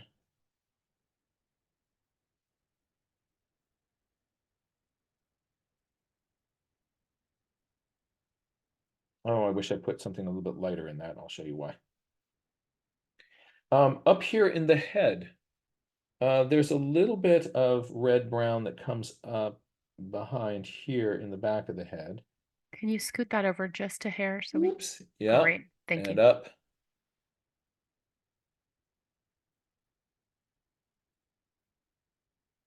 Oops. Oh, there you go. Come on back.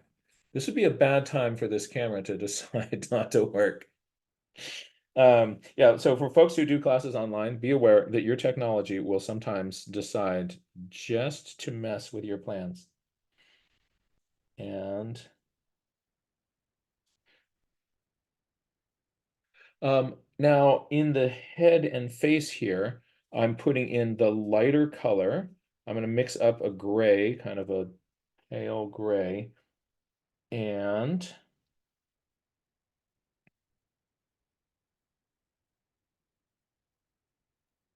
Jack, I think that you might have frozen. oh, I did.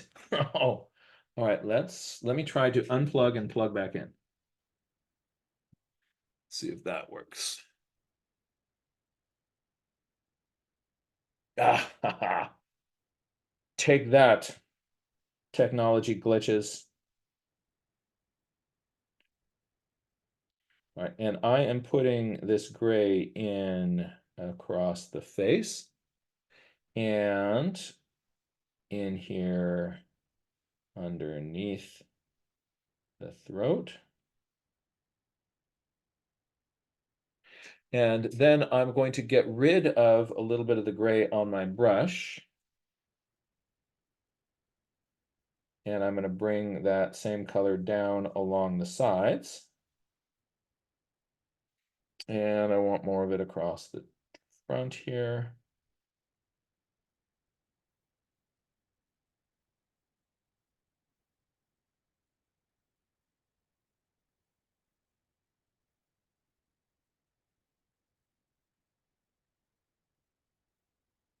And up here into the lores.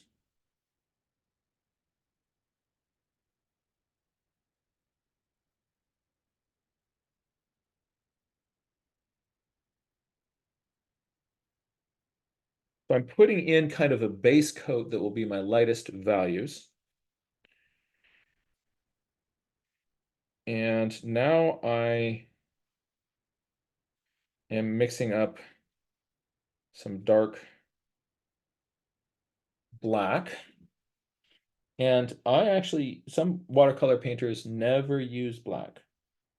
I've got black on my palette and in my kit because I find, for things like this, it can be just really, really convenient not to, at this point, have to mix something up.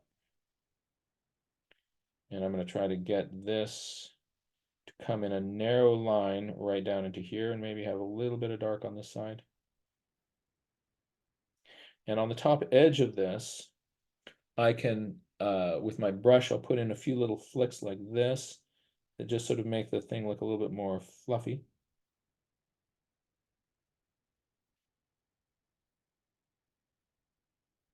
As I'm putting paint on my brush, I spin the tip like this. See, I'm spinning it in my fingers, and then when I pick it up, it has a sharper point. That's a fun little trick.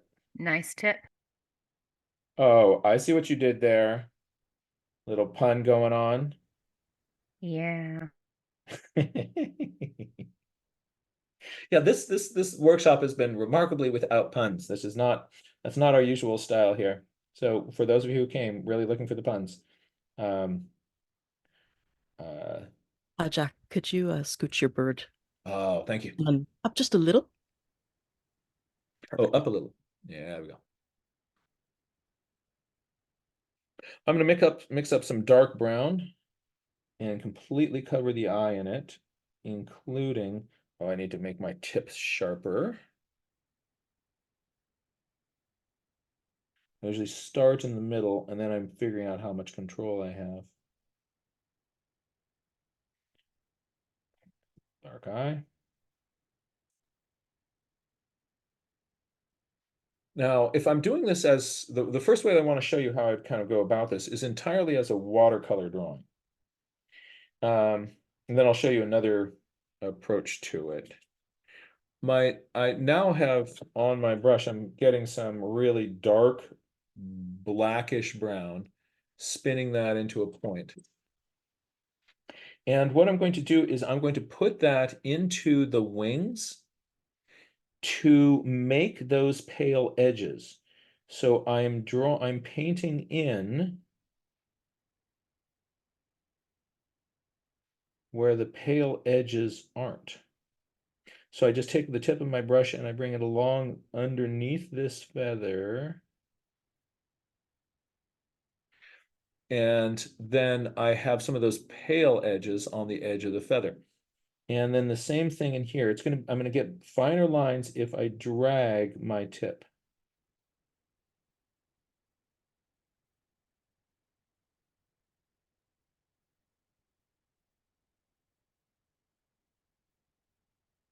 I think I might have a little bit too much paint on here. I'm getting thicker lines than I expected. So I'm gonna blot that on here and pick up some new paint, spin it, and see if I get thinner lines.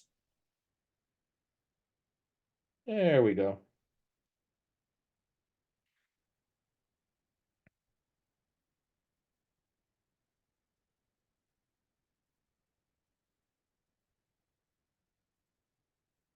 Here down in this part of the wing.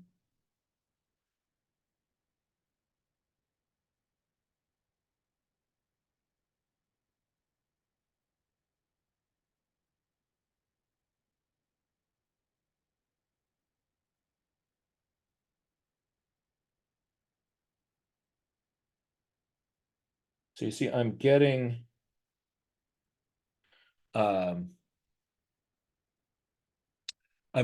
those pale edges, not by putting a pale thing on top, but by painting around them. Now, here onto these median coverts. On the far side of them, they will have a darker edge. And so I put those in, and as they come across this way, I see less and less of that sort of dark part in the wing. So as I'm coming out this way, I'm just going to make a few little flicks and then nothing.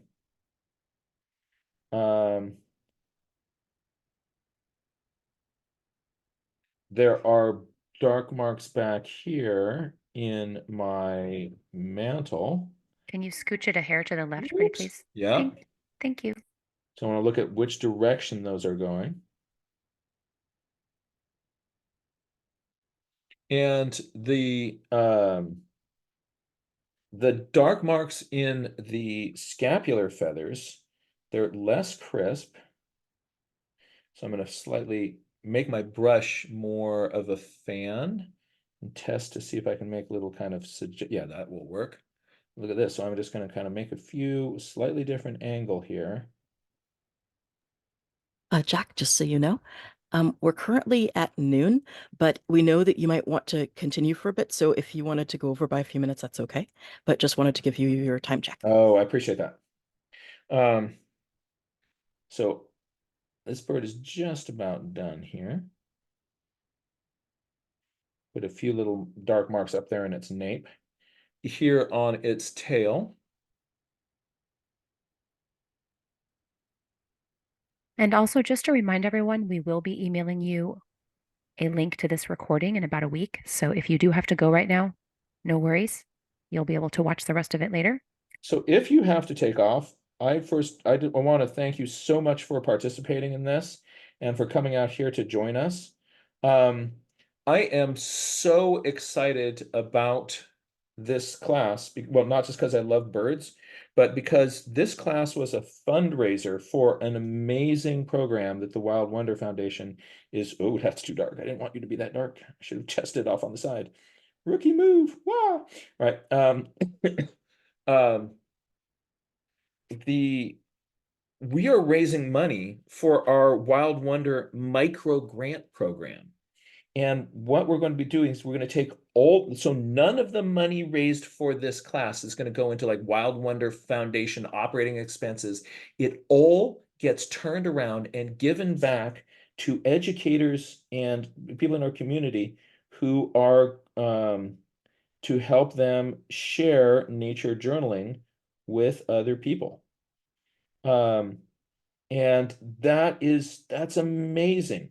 So the money which you donated, and thank you folks so much for donating money to support this project. We turn around and we're going to give 100% of that back to people in our community to allow them to share nature journaling more broadly with other people. I am so excited about this. And I mean, think of the potential energy that you have kind of that you have then put into motion with the donations that you made. There's so much incredible creativity and genius in this community that that you're going to be facilitating and enabling. And I am delighted and honored to be here on the day that we kind of pulled all those resources together to turn around and to give right back to people who will then give back in even greater ways to all of us. Thank you again so much, Jack, for your very generous time teaching this wonderful class. We're getting beautiful, very grateful comments from folks who are really enjoying it.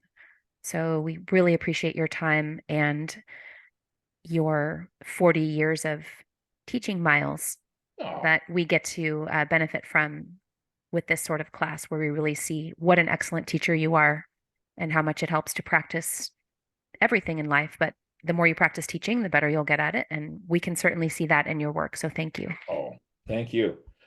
I'm about to make a whole bunch of noise here with this hairdryer. I'm going to get this dry and then show you something really cool. All right, so while Jack's doing that, I just want to remind you about the recording. We will send that to you in about a week. If you'd like to share any of your drawings or notes from class, you can do that on your social media, and we'd love you to tag us so we can see them. You can use hashtag Wild Wonder Foundation or at Wild Wonder Foundation. And again, if you'd like to make a donation or an additional donation, you can do that at wildwonder.org/donate or with using the link I put in the chat. We'll also be emailing everyone who registered for the class a survey and some additional drawing birds resources within the next few days. So keep an eye out for that. We'd love to hear your feedback on this class and also your ideas for classes in the future. So thank you again so much for being here. I know Jack has a few more things he'd like to do, but just wanted to make a little announcement while he was blow drying. Thank you. So now I want to show you my secret weapon. This is the Prismacolor Premier white pencil, and it goes really, really well with watercolor. And so what I can do is I can take something like this, and once it's dry, I can see if that's showing up on the screen. Yep, it just kind of gives you enough that you get texture in these feathers in these areas. Oh, don't you hate it when your Prismacolor pencil tips break like that? I'll show you a trick to kind of avoid that. So if you sharpen it, you don't want it to break again. This time, before I start drawing, I'm going to just spin it like this on a piece of paper. Now, I'm hoping it will be less. There we go. Nice crisp lines. So they show up well enough through this that they don't show up super well on your screen, or at least on my screen here.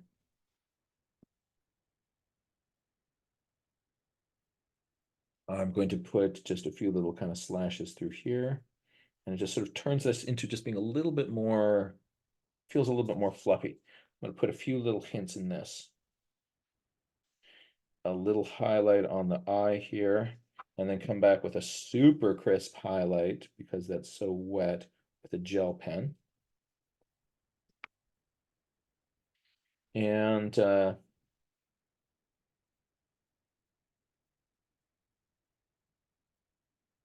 then there are some white tips I know in these parts of these feathers.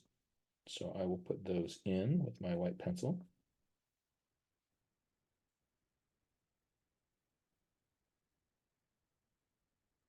And then very often at the end of a drawing, what I will also do is either with a graphite pencil, or another thing you can do is use a very dark, here's a dark brown Verichrome pencil. I can come back in and just tighten up some of the edges.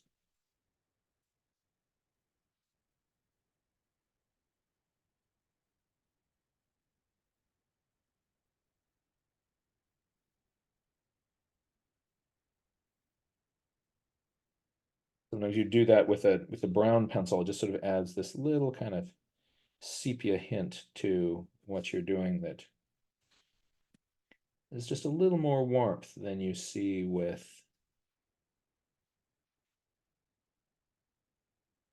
a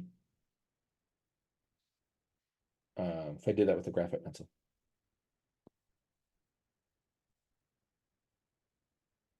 Yeah, that just sort of fluffs this thing a little bit.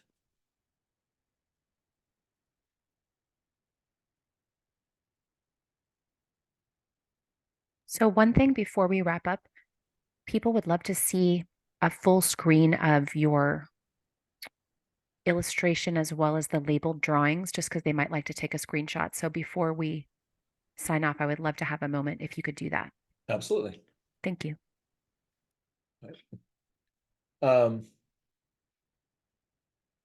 I do want to point out that on this drawing that I've just finished here, or I'm still finishing, that I am suggesting this detail, right? If you kind of look in here, like where are the edges of each of these feathers? I'm not noodling that in here, but it is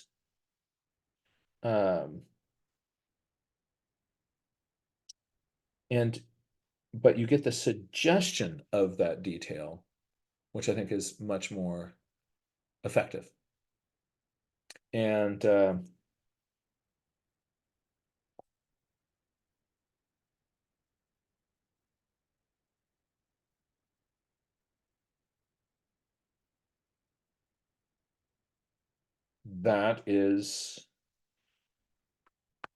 that's a really effective approach for drawing birds that you want to feel fluffy, birds where you want to have a suggestion of that anatomy without overdoing it and putting that kind of killing it with too much kind of like these hard lines around the bird, turning it into the pine cone. I want it to still look like feathers rather than the scales of a fish.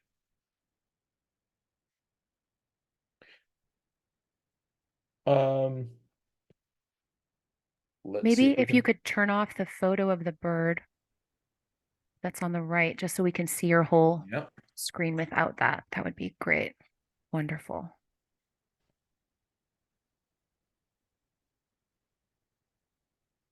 There is our work together for today.